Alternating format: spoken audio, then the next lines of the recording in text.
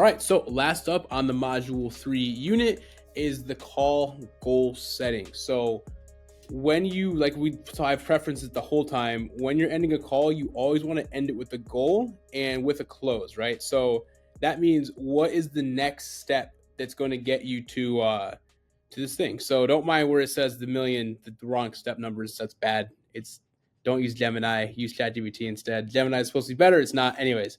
Um, but you're gonna want to stop trying to hit a home run every single call, right? So when you treat every call like it has to be a contract, you sound desperate, you sound weird, you sound like a robot, you sound just like a stingy, desperate salesman. No one likes that. People want to work with someone that they find human, and then they basically go at their own pace. So people want to feel like it's at their own pace, even when in reality you're moving the deal along, but they want to feel like it's their own pace, right? So real closers know exactly when the next win is on each call, not just get the deal or bust, right? So what is a win considered for a call? A win could be a another phone call set up, an appointment set up. You sent an offer and you're going to review with them the next day, or you sent an offer and you're going to review with them in 15 minutes. Maybe you got photos back, whatever, from the seller, and they sent you photos. Now you're going to go run your numbers.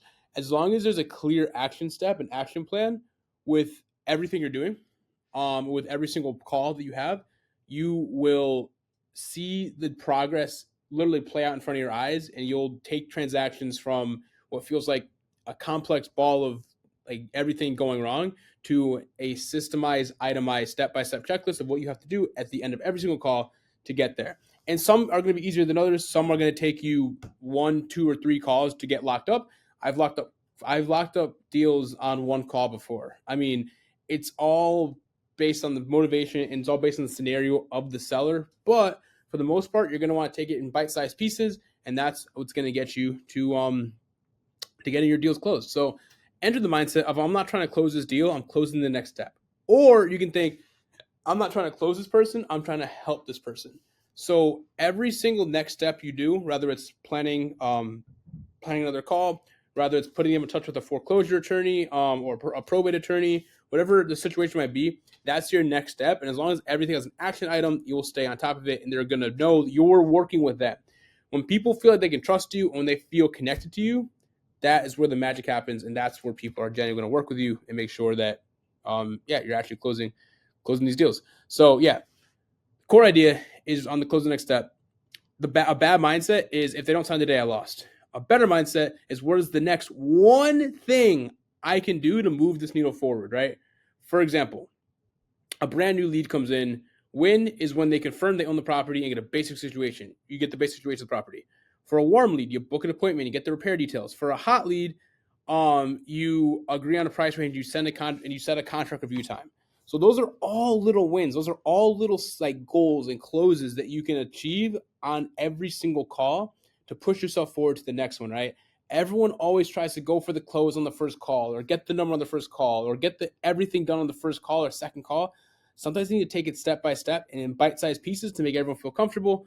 And yeah, so I want to dive into an example, and this is a very broad example. This isn't one particular deal. I framed it like one particular deal. This is a broad example. I've been in a situation, especially when I was newer, where I pushed way too hard for a yes, especially on the first call, and it led to people, sellers backing off, being tense, and like kind of being ghosting me. So after enough follow-up, I got on the next call, I focused on smaller steps. And this is what I learned over time, right? So after focusing on smaller steps, especially when sellers aren't super motivated, but they have motivation, but you're not really sure where they're at. Maybe you're peeling back the onion like we talked about. Maybe they're in a tricky situation with family or more people on the deed. Whatever it might be, I started focusing on those next steps. And once I set an appointment, then that's a win for me, right? And that's a yes. And or once I get on the phone, maybe they have a family member that wants to be involved. Whatever the situation was for me, when I started taking stuff on bite-sized pieces or in bite-sized pieces instead of trying to take it all at once, that's when I really started to get significantly better at closing people, and I became more of a human instead of a robot. So next step, you're going to be setting the goal for each call. Before you dial, what is the win that you're looking to get on this call? Is the win going to be, okay, she's going to answer the phone today. Maybe this seller has been ghosting you and you can't get a hold of them. Maybe the win for that call is them answering the phone and telling you, hey, give me 3 more months and I'll be ready. Maybe the win for that call is someone that even you made an offer to, and they went ghost after you made the offer. What's the win? The win is them answering the phone. Oh, I reviewed the offer, but here's why I didn't accept it, or here's why I didn't call you back. Those little things are all wins, right? Because now you're still talking to the person, you're still keeping them on track, and there's still motivation to sell, right? So as long as you're setting a goal for each call and you're going into it with that expectation, if you achieve more on the call, you're going to feel even better. So say the person who's been ghosting you after you made an offer, you finally get them on the phone, that's your win. And then all of a sudden they're like, yes, I'm ready to sell. I'm ready to go. Resend me the contract. Bam. All of a sudden your good call turned into a fucking slam dunk of a call. You know what I mean? So the goal is to set micro goals. And then if they lead to more, that's fantastic.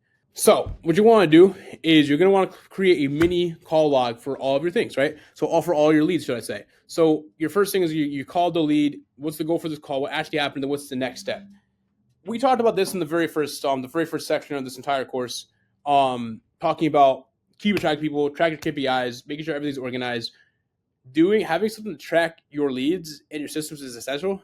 If you don't have it, you are going to fail. No ifs, ands, or buts. I promise you, if you do not track exactly what's happening on each call and what the next step is for each call, you are going to fail, right? So again, I'm going to plug it. Our free app, comes with a free trial. OfferLabApp.ai is going to be linked in the description. With that particular program, it's very new people friendly, meaning that if you have no idea what a CRM is, if you have no idea how to manage your customers, if you have no idea how to keep track of things, that app is specifically designed for you. It's not meant for the investor who is doing 10 deals a month or an investor doing a couple deals a month, right? It's meant for someone who's completely new, who has no idea what a CRM is, how to manage it. It is a very beginner-friendly CRM, right? So the goal of that CRM is to get you on there, get you closing deals, and then move you up to a real CRM or a better one that's better tracking KPIs and everything like that. So I want to preference that. That's why ours is so cheap. Ours is $9. Other people, real CRMs, I pay $400 a month for our CRM, right? With all the add-ons. It's $250, but there's a couple add-ons and stuff that we have on ours. But I actually checked it after I said it in the last one. But there's particular things that other CRMs have that ours don't. So realistically speaking, if you want a complete beginner-friendly CRM, check ours out. It's $9 a month. And it also comes with that really cool offer calculator that I've been talking about so much. So definitely check that out. And I will have a video walking everyone through that as well. And that way you can ideally keep track of all your leads as you get them. So your action step today, write down a very clear goal, a realistic goal for your next 5 seller calls, right? So at this point with the course, if you've been taking action every single day, and listen, I know some of you are going to binge it. That's perfectly fine.